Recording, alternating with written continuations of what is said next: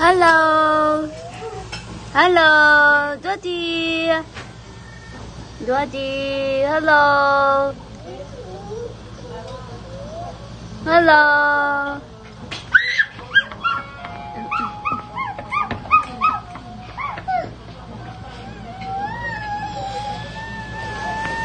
Hello rồi rồi Daddy. Hello.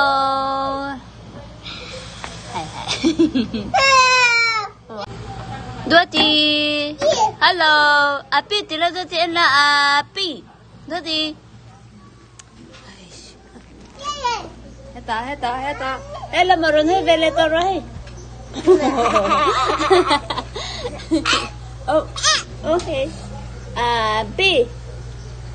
Api tro. Api.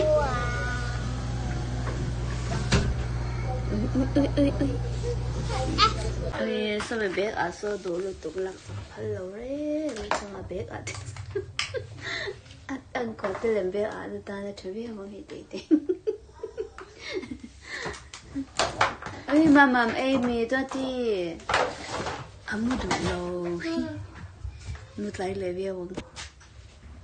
Thì nên phố đào qua mua đào qua hara. Toàn đào nị.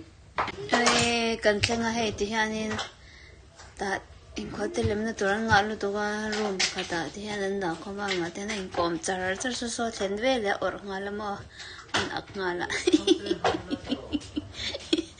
nó mà chưa được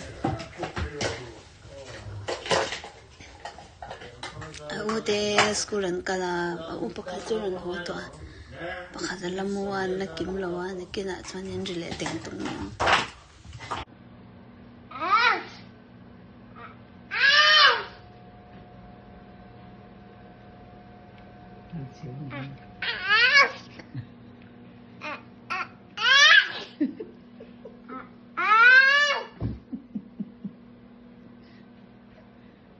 Thế chiều lại đâu đếm?